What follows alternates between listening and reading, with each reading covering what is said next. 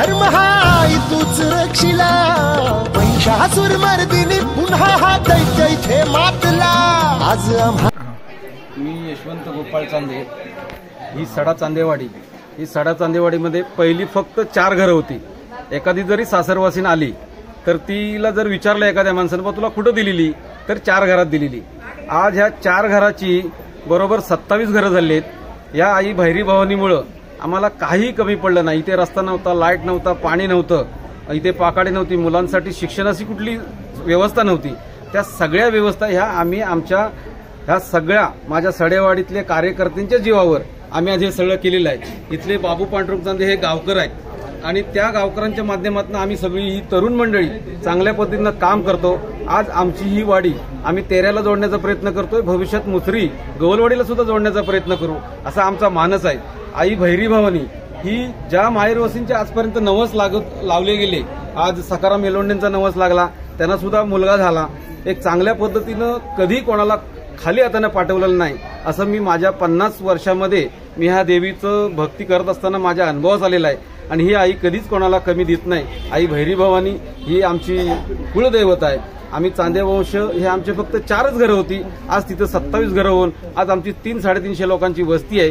ह्या कसबा गावामध्ये आम्ही कमीत कमीत ग्रामपंचायत पासून बरोबर 5 ते 6 किलोमीटरवरती बाहेर राहतो आणि तरी आमच्या इथं कमी वस्ती असल्यामुळे आमचा विकास होत नव्हता।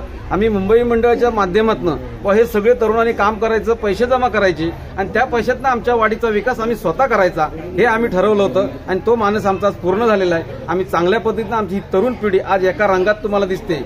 सगळे सुखादुखात एका रंगात एका ढंगात सगळे असतात, एक दुसऱ्याला मदत करतात। कुठलाही वेळ आली तरी आमची आज तयारी असते की प्रत्येक जणीने आम्ही प्रत्येकाच्या खिशातलं पैसा टाकून देव धर्माची आज चांगल्यापैकी 8.5 लाखात मंदिर आहे, RCC मंदिर आहे। आज लोक करोड रुपयाची मंदिरं बांधतात, पण आमचं 8.5 लाखाचं मंदिर त्याचा याच्यात फोटो टाकावा अशी मी आपणास विनंती करतो आणि आमची युट्यूबवरती बातमी घेतल्याबद्दल धन्यवाद।